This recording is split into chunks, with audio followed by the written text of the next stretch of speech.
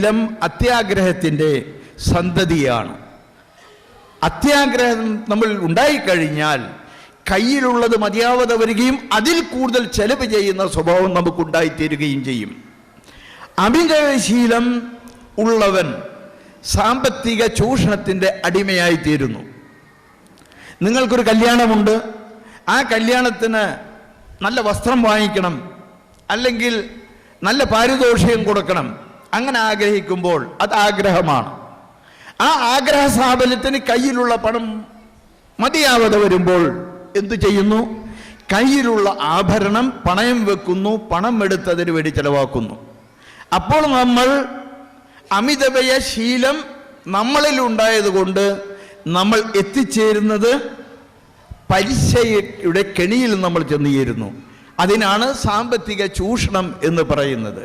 പലിശ കൊടുക്കുന്നതും വാങ്ങിക്കുന്നതും ഏറ്റവും നികൃഷ്ടമായ പാപമായിട്ടാണ് നമ്മളെ പഠിപ്പിച്ചിട്ടുള്ളത്. അമിതവ്യയത്തിൻ്റെ സന്തതിയായി പിറന്നതാണ് സാമ്പത്തിക ചൂഷണം എന്ന് നമ്മൾ മനസ്സിലാക്കുക. സാമ്പത്തിക ചൂഷണവും അമിതവ്യയശീലവും നമുക്കുണ്ടായിക്കഴിഞ്ഞാൽ നമ്മൾ അത്യാഗ്രഹിയായിത്തീരുന്നു. അങ്ങനെ അത്യാഗ്രഹിയായാൽ എന്തു സംഭവിക്കും? ആരെങ്കിലും നമ്മളോട് വന്ന് പറയുന്നു, നിങ്ങൾ 1 ലക്ഷം മുടക്കിയാൽ പ്രതിമാസം 10,000 ഉറുപ്പിക തരുമെന്നങ്ങ് പറഞ്ഞാൽ സാധാരണ ബുദ്ധിയുള്ളവർക്കറിയാം അത് അസാധ്യമാണെന്ന്. എന്നാൽ പോലും ഉടനെ എങ്ങനെയെങ്കിലും കുറെ പണമുണ്ടാക്കി അതിൽ കൊണ്ടുപോയി കൊടുക്കുന്നു. അവസാനം ആ അത്യാഗ്രഹം എവിടെയാണ് ചെന്ന് എത്താറ്? നമ്മളുടെ പണം മുഴുവൻ നഷ്ടപ്പെട്ട അവസ്ഥയിൽ എത്തിച്ചേരുന്നു. കേരളത്തിൻ്റെ നാനാഭാഗത്തും പല പ്രസ്ഥാനങ്ങളും ഇത്തരം കാര്യങ്ങൾ വാഗ്ദാനം ചെയ്തുകൊണ്ട് ഉണ്ടായിത്തീരുന്നുണ്ട്. പുതിയ അവതാരങ്ങൾ ജനിച്ചു കൊണ്ടിരിക്കാറുണ്ട്. മലയാളികൾ എത്ര അനുഭവിച്ചാലും പഠിക്കാത്തൊരു വിഭാഗമാണെന്ന് ഇത്തരം കാര്യങ്ങൾ കേരളത്തിൽ പ്രതിദിനം വളർന്നുകൊണ്ടിരിക്കുമ്പോൾ നമുക്ക് മനസ്സിലാവും. ഒരു കാലത്ത് തേക്ക്, ആട്, മാഞ്ചിയം മുതലായതുണ്ടായി, അതിന് നാനോ എക്സൽ ഉണ്ടായി. എന്നതുപോലെ നിരന്തരം ഓരോ പ്രസ്ഥാനങ്ങൾ വന്നുകൊണ്ടിരിക്കുന്നു, പണം മുടക്കിക്കൊണ്ടിരിക്കുന്നു, അത് നഷ്ടം സംഭവിച്ചിരുന്നു. ഇതെല്ലാം ഉണ്ടായാൽ മറ്റൊരു സംഭവിക്കുകയാണ്. നിർബന്ധമായും സാമ്പത്തിക ശേഷിയുള്ളവർക്ക് നിർബന്ധമാക്കിയ കാര്യമായ ദാനധർമ്മങ്ങൾ നൽകാതിരിക്കുന്ന അവസ്ഥ ഉണ്ടായിത്തീരുന്നു. അതിൻ്റെ സീക്വൻസ് ഇങ്ങനെയാണ്: നമ്മൾ അമിതശീലം ഉണ്ടാവുന്നു, അതിൻ്റെ ഫലമായി നമ്മൾ ചൂഷണത്തിന്, പലിശയ്ക്ക് അടിമപ്പെടുന്നു. പലിശയും അമിതശീലവും അമിതവ്യയശീലവും ഉള്ള വ്യക്തിയിൽ അത്യാഗ്രഹം സംജാതമാകുന്നു. ഈ അത്യാഗ്രഹം സംജാതമായി കഴിഞ്ഞാൽ അവർക്ക് വേണ്ടി എത്രമാത്രം ചെലവാക്കുമെങ്കിലും നമ്മളുടെ അയൽക്കാരൻ കഷ്ടപ്പെടുമ്പോഴോ പട്ടിണി കിടക്കുമ്പോഴോ അത് തിരിച്ചറിയാതെ ദാനധർമ്മങ്ങൾ നൽകാതെ പിശുക്കരായി നമ്മൾ തീരുന്നു. അങ്ങനെ 5 പാപങ്ങളുടെ സന്തതികളായിത്തീരുന്നു നമ്മൾ. ഇത് ഏകസ്വരത്തിൽ നിങ്ങൾ കേട്ടുകഴിഞ്ഞാൽ ഞങ്ങളൊന്നും അങ്ങനെ അല്ല എന്ന് പറയും. പക്ഷേ നിങ്ങളുടെ ജീവിതത്തെപ്പറ്റി ഒരു പുനർചിന്തനം നടത്തുകയും പഠനം നടത്തുകയും ചെയ്തു കഴിഞ്ഞാൽ എങ്ങനെയൊക്കെ നാം അറിയാതെ നമ്മളിൽ ഇത്തരം കാര്യങ്ങൾ വന്നു ചേർന്നിരിക്കുന്നു എന്ന് നമുക്ക് മനസ്സിലാക്കുവാൻ സാധിക്കും. ഞാൻ ആരോടും കൈ ഉയർത്താൻ പറയുന്നില്ല, പക്ഷെ നിങ്ങൾ സ്വയം മനസ്സിലാക്കുക. ഈ ഇരിക്കുന്ന സദസ്സിൽ എത്ര പേരുണ്ട് ജീവിതത്തിൽ ഒരിക്കലെങ്കിലും ബാങ്കിൽ നിന്നോ മറ്റു സാമ്പത്തിക പ്രവർത്തന സ്ഥാപനങ്ങളിൽ നിന്നോ സ്വർണം പണയം വെച്ച് കടമെടുക്കാത്തവർ? ഞാൻ കൈ ഉയർത്താൻ പറയുന്നില്ല, പക്ഷെ നിങ്ങൾ സ്വയം മനസ്സിലാക്കുവാൻ വേണ്ടി പറയുകയാണ്. ഇതിലെല്ലാം ബഹുഭൂരിപക്ഷം ആളുകളും ചിന്തപ്പെട്ടു പോകുന്നു. അതുകൊണ്ട് ഈ 5 പാപങ്ങളും നമ്മളിൽ ഉണ്ടാവരുത്. അതുകൊണ്ട് മാത്രമേ നമ്മൾ ഉദ്ദേശിച്ച ഇഹപര ലക്ഷ്യത്തിലേക്ക് നല്ല നാളെ ഇഹത്തിലും പരത്തിലും നമുക്കുണ്ടാവുകയുള്ളൂ. കാരണം ഈ 5 പാപങ്ങൾ നമ്മൾ ചെയ്തു കഴിഞ്ഞാൽ മറ്റെന്ത് കർമ്മങ്ങൾ നിങ്ങൾ ചെയ്തതുകൊണ്ടും നിങ്ങൾക്ക് സ്വർഗത്തിൽ പോകുവാൻ സാധിക്കയില്ല എന്ന് നമ്മൾ മനസ്സിലാക്കേണ്ടതുണ്ട്. പ്രവാസികളുടെ കുടുംബങ്ങൾ അറിഞ്ഞിരിക്കേണ്ട ചില പ്രധാന കാര്യങ്ങളാണ് ഇവിടെ ചൂണ്ടിക്കാണിക്കുന്നത്. ഞാൻ നേരത്തെ ചൂണ്ടിക്കാണിച്ചതുപോലെ പ്രവാസികളുടെ യഥാർത്ഥ അവസ്ഥ അവർ ലീവിൽ വരുമ്പോൾ ചോദിച്ച് മനസ്സിലാക്കുക. ഞാൻ നിങ്ങളെയല്ല കുറ്റപ്പെടുത്തുന്നത്, എൻ്റെ സഹോദരങ്ങളായ പ്രവാസികളെയാണ് ഞാൻ കുറ്റപ്പെടുത്താറുള്ളത്.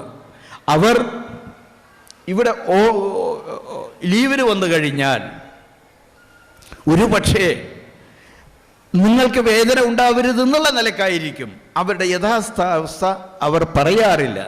പക്ഷെ നിങ്ങളത് ചോദിച്ച് മനസ്സിലാക്കണം. മാത്രമല്ല, നിങ്ങൾ മനസ്സിലാക്കേണ്ടത് അവർക്ക് ജോലി സ്ഥിരമാണോ, അവർക്ക് ഏതെങ്കിലും കാരണവശാൽ ഗൾഫിൽ നിന്ന് ഇങ്ങോട്ട് വന്നു കഴിഞ്ഞാൽ ഇതുവരെ ചോദിച്ചിട്ടില്ലെങ്കിലും ഇനി നിങ്ങൾ ചോദിക്കേണ്ടതാണ്. ഗൾഫിൽ നിന്ന് പെട്ടെന്ന് നാട്ടിലേക്ക് തിരിച്ചു വന്നാൽ ഇന്ന് നമ്മൾ ജീവിക്കുന്ന പോലൊരു ജീവിതം തുടരുവാനുള്ള സാമ്പത്തിക ശേഷിയുണ്ടോ എന്ന് നമ്മൾ ചോദിക്കേണ്ടതാണ്. അങ്ങനെ അവരുടെ യഥാർത്ഥ അവസ്ഥ നിങ്ങൾ മനസ്സിലാക്കുകയും അവർക്ക് ആശ്വാസം നൽകുന്നവരായി നിങ്ങൾ മാറുകയും ചെയ്യണം. പലപ്പോഴും നിങ്ങൾ പണത്തിന് ആവശ്യപ്പെടുമ്പോൾ അവർ കടം വാങ്ങിച്ചാണ് പണം അയക്കാറുള്ളതെന്ന് നിങ്ങൾ മനസ്സിലാക്കേണ്ടതുണ്ട്. നിങ്ങൾ അതുകൊണ്ട് തന്നെ നിങ്ങൾ പണത്തിന് ആവശ്യപ്പെടുമ്പോൾ എഴുതേണ്ടത്, ഞങ്ങൾ ഇങ്ങനെ എഴുതിയെങ്കിലും കടം മേടിച്ചയക്കരുത് എന്ന് നിങ്ങൾ പറയണം. അവർക്കറിയാം എന്താണ് നമ്മുടെ നാട്ടിൽ സംഭവിക്കുന്നത് എന്ന്. നമുക്കൊക്കെ പണം എല്ലാ മാസവും വരുന്നത്, നമുക്ക് എല്ലാ മാസവും ഗൾഫിൽ നിന്ന് പണം വരുന്നുണ്ട്. എന്തിനാണ് ഈ പണം നാട്ടിലേക്ക് വരുന്നത്? എന്തിനാണ്? ചെലവിന് വേണ്ടി. സഹോദരികളുടെ എന്തിനാ അവർ പണം വീട്ടിലേക്ക് അയക്കുന്നത്? അദ്ദേഹം പറഞ്ഞത് വീട്ടിലെ ചെലവിന് വേണ്ടിയാണ്. അതേ അഭിപ്രായമാണോ നിങ്ങൾക്കുള്ളത്? അതെ, വീട്ടിലെ ചെലവിന് വേണ്ടിയാണ് ഗൾഫിൽ നിന്ന് നിങ്ങളുടെ ഭർത്താവും പിതാവും സഹോദരനും എല്ലാം പണം അയക്കുന്നത് എന്ന് അഭിപ്രായമുള്ളവർ ഒന്ന് കൈ ഉയർത്തിയാട്ടെ. നമുക്ക് കിട്ടുന്ന പണം വീട്ടിലെ ചെലവിന് ഒന്ന് എല്ലാവരും കണ്ടോട്ടെ, കൈ ഉയർത്തിയാട്ടെ. ഓക്കെ, വളരെ ശരിയാ. എന്നോട് എല്ലാവരും പറയാറുള്ളത് ഞങ്ങൾ കൃത്യമായി വീട്ടിലേക്ക് പണം അയക്കാറുണ്ട് എന്നാണ്. അങ്ങനെ പണം അയക്കുമ്പോൾ പിതാവിനോടും മക്കളോടും ഭർത്താവിനോടും സ്നേഹമുള്ളവരാണ് നിങ്ങൾ. എല്ലാവർക്കും അതിയായ സ്നേഹമുണ്ട്. ആ സ്നേഹം നിങ്ങൾ എങ്ങനെ പ്രകടിപ്പിക്കാറ്? അവർ അയച്ചു തരുന്ന പണം, വീട്ടിലെ ചെലവിന് എന്ന് പറഞ്ഞ് ഓരോ മാസവും അയച്ചു തരുന്ന പണം അതേ മാസം മുഴുവൻ ചെലവാക്കിക്കൊണ്ട് അവർ പറഞ്ഞത് അക്ഷരാർത്ഥത്തിൽ നിറവേറ്റുകയല്ലേ ചെയ്യാറ്? അല്ലേ? ഒരാൾക്കും അഭിപ്രായമില്ല. ഞാൻ ചോദിച്ചത് ഇതാണ്, നിങ്ങൾക്ക് എല്ലാ മാസവും നിങ്ങളുടെ ഭർത്താവും മകനും സഹോദരനും പണം അയച്ചു തരുന്നു വീട്ടിലെ ചെലവിന് എന്ന് പറഞ്ഞ്. ആ പണം കയ്യിൽ കിട്ടിയാൽ അവരോടുള്ള സ്നേഹപ്രകടനം നിങ്ങൾ നടത്താറുള്ളത് കൃത്യമായി ആ പണം അതേ മാസം ചെലവഴിച്ചുകൊണ്ടല്ലേ? അതെ. എങ്ങനെ കടം വാങ്ങുകയും ചെയ്യും. ഓക്കെ, കടം വാങ്ങുകയും ചെയ്തിട്ട് ചെലവാക്കാറാണ് പതിവ്. സഹോദരികളെ, സഹോദരന്മാരെ, ഇത് ഞാൻ എല്ലായിടത്തും കേൾക്കാറുള്ള ഒരു കാര്യമാണ്. പ്ലീസ് എല്ലാ ക്ലാസ്സുകളിലും ഞാൻ അനുഭവിക്കാറുള്ള സംഭവമാണിത്.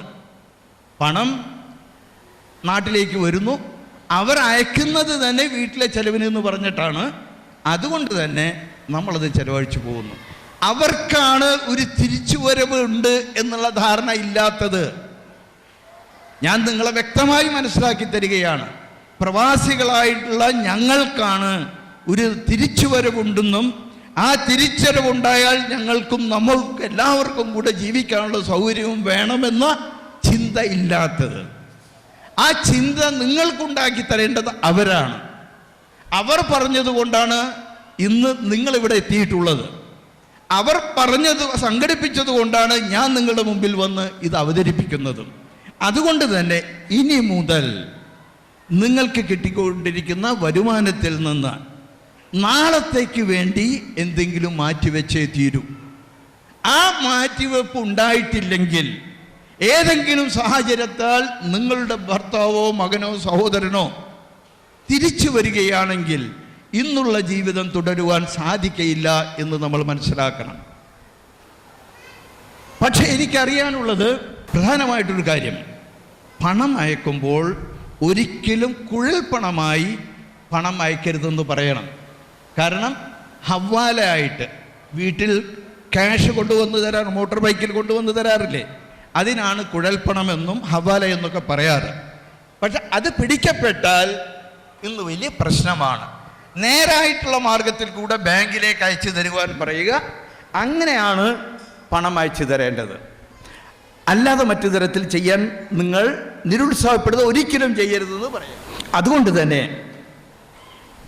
ഇനി നമ്മൾ തീരുമാനിക്കേണ്ടത്, പ്രധാനമായൊരു തീരുമാനം എടുക്കേണ്ടത്, നമ്മുടെ കയ്യിൽ വരുന്ന പണം എത്രയാണോ ആ പണത്തിൽ നിന്ന് നാളത്തേക്ക് വേണ്ടി സ്വരൂപിക്ക് വെക്കുന്ന ഒരു ശീലം ഉണ്ടായേ തീരും. അത് ഉണ്ടാവണമെങ്കിൽ ഇപ്പോൾ ഇവിടെ ഇരിക്കുന്ന എൻ്റെ സഹോദരികളോടും സഹോദരന്മാരോടൊക്കെ ചോദിച്ചാൽ വിഷമകരമാണ് എന്നാണ് പറയുക. സമ്പാദിക്കുക എന്ന് പറയുന്നത് ബുദ്ധിമുട്ടുള്ള കാര്യമാണെന്ന് പറയും.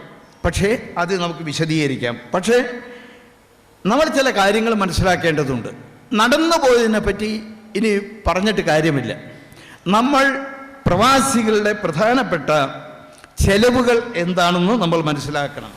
അതിനോടൊപ്പം മറ്റൊരു കാര്യം കൂടെ ഞാൻ ഓർമ്മപ്പെടുത്തുകയാണ്. നാട്ടിലുള്ള ഗൾഫിലുള്ള പ്രവാസികൾ പറയാറുള്ളത്, ഈ കേരളത്തിനകത്ത് ജോലി ചെയ്ത് ജീവിക്കുന്ന കുടുംബങ്ങളെക്കാൾ കൂടുതൽ ചെലവ് ചെയ്താണ് പ്രവാസികളുടെ കുടുംബങ്ങൾ ജീവിക്കാറുള്ളത് എന്ന്. നിങ്ങളുടെ സഹോദരനും നിങ്ങളുടെ ഭർത്താവും മറ്റും തന്നെയാണ് ഇത് പറയുന്നത്. ആ പറയുന്നതിൽ എന്തെങ്കിലും അർത്ഥമുണ്ടോ? അത് ശരിയാണോ? ശരിയാണെന്ന അഭിപ്രായം ആർക്കെങ്കിലും ഉണ്ടോ? എന്താണ് അതിനെപ്പറ്റി നിങ്ങളുടെ അഭിപ്രായം? ശരിയാണെന്നുള്ള അഭിപ്രായം ഉണ്ടോ? ശരിയാണോ? ആർക്കെങ്കിലും ശരിയല്ല എന്നുള്ള അഭിപ്രായം ഉണ്ടെങ്കിൽ ഒന്ന് കൈ ഉയർത്തിയിട്ട്. ഞാൻ പറഞ്ഞത്, ഇവിടെ നാട്ടിൽ ജോലി ചെയ്ത് ജീവിക്കുന്ന എത്രയോ ആളുകളുണ്ട്. അവർ ജീവിക്കുന്നതിനേക്കാൾ കൂടുതൽ ചെലവ് ചെയ്താണ് പ്രവാസികളുടെ കുടുംബങ്ങൾ ജീവിക്കുന്നത് എന്ന് നിങ്ങളുടെ ഭർത്താവും സഹോദരനും മക്കളൊക്കെ ഇത്തരം ക്ലാസ്സുകൾ അവിടെ നടത്തുമ്പോൾ പറയാറുണ്ട്. അത് ശരിയാണോ എന്നാണ് എൻ്റെ ചോദ്യം. അല്ല എന്നുള്ള അഭിപ്രായം ഉണ്ടെങ്കിൽ കൈ ഉയർത്തുക.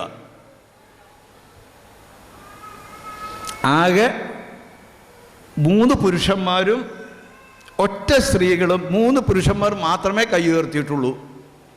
അതിൻ്റെ അർത്ഥം നിങ്ങൾ സമ്മതിക്കുന്നു. എന്താ സമ്മതിക്കുന്നത്? നമ്മളൊക്കെ ജീവിക്കുന്നത് നാട്ടിൽ ജോലി ചെയ്ത് ജീവിക്കുന്നവരെക്കാൾ കൂടുതൽ ചെലവ് ചെയ്താണ്.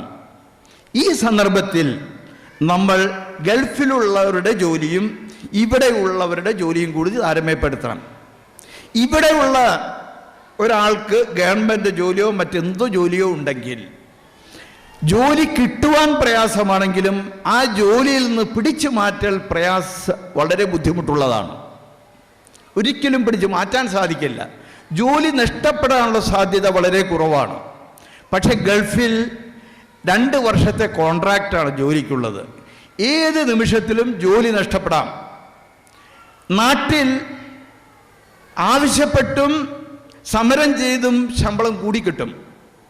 അതേസമയം ഗൾഫിൽ പലപ്പോഴും ശമ്പളം കുറഞ്ഞു പോകുന്ന സാഹചര്യവും ഉണ്ടാവാറുണ്ട്. അങ്ങനെ ഒരു സംഭവം പ്രതീക്ഷിക്കാനും അവസരമില്ല. ജോലിയും സമയത്തും നഷ്ടപ്പെടും. ഇങ്ങനെയുള്ള സാഹചര്യം ഉള്ള പ്രവാസികളാണോ മിതമായി ജീവിക്കേണ്ടത്? എല്ലാ കാലത്തും ജോലിക്ക് ഉറപ്പുള്ള കേരളത്തിൽ ജോലി ചെയ്ത് ജീവിക്കുന്ന അല്ലെങ്കിൽ ഇന്ത്യയിൽ ജോലി ചെയ്ത് ജീവിക്കുന്നവരെ പോലെ ജീവിക്കുകയാണോ നമ്മൾ ചെയ്യേണ്ടതെന്ന് സ്വയം മനസ്സിലാക്കേണ്ടതാണ്. ഇവിടെയുള്ള ജോലി സ്ഥിരതയെ കണക്കെടുക്കുമ്പോൾ പ്രവാസികളായ നമുക്ക് ആർഭാടപൂർവ്വം ജീവിക്കാനുള്ള അവകാശമില്ല എന്ന് ഞാൻ ചൂണ്ടിക്കാണിക്കുകയാണ്. അവർ പറയാറുള്ളത്, എല്ലാ കാര്യങ്ങൾക്കും, ഭക്ഷണത്തിനും വസ്ത്രത്തിനും ചികിത്സയ്ക്കും കുട്ടികളുടെ വിദ്യാഭ്യാസത്തിനും യാത്രയ്ക്കും ആഭരണങ്ങൾക്കും എല്ലാം കൂടുതലാണ് ചെലവാക്കുന്നത് എന്നാണ്. പക്ഷേ ഞാൻ അവരോട് പറയാറുണ്ട്, നിങ്ങൾ ഇങ്ങനെയുള്ള സദസ്സിൽ നിങ്ങളുടെ കുടുംബത്തെ കുറ്റപ്പെടുത്താതെ നിങ്ങൾ നിങ്ങളുടെ കുടുംബത്തെ വഴി കാണിച്ചു കൊടുക്കുകയാണ് വേണ്ടത്. നിങ്ങളുടെ കുടുംബം